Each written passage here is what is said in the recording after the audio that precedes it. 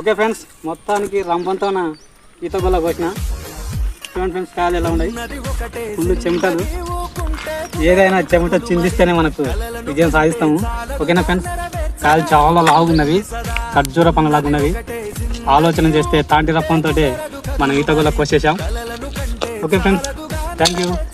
చూడండి, మీరు ఎప్పుడైనా ఈత పండ్లు తిన్నారా? ఇలాంటి ఈత పండ్లు తీసుకొచ్చుకున్నారా?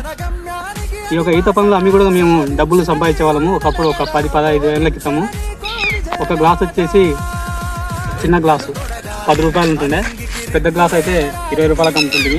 పెబ్బేరు పోయి అమ్ముతుంది ఎక్కువగా ఈత పండ్లు. బలం ఉంటుంది.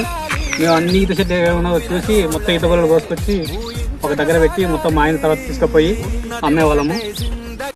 ఫ్రెండ్స్, నిన్న తీసుకొచ్చిన ఈత గొల్ల పండ్లు మొత్తం మాగబెట్టాను డబ్బాలో పోసి. చూడండి ఫ్రెండ్స్, ఎన్ని పండ్లు మాగినావో. చాలా పండ్లు మాగినాయి, చాలా దూరగా ఉన్నాయి పండ్లు, చాలా తీపిగా కూడా ఉంటాయి ఈత పండ్లు.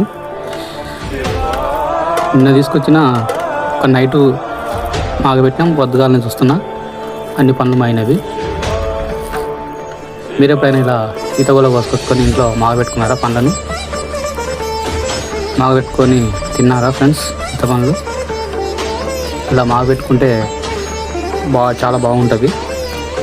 మీరు ఇలా మాగబెట్టుకున్నారంటే కామెంట్ చేయండి, అలాగే లైక్ చేయండి, షేర్ చేయండి, సబ్స్క్రైబ్ చేసుకోండి. ఓకేనా ఫ్రెండ్స్, థ్యాంక్ యూ.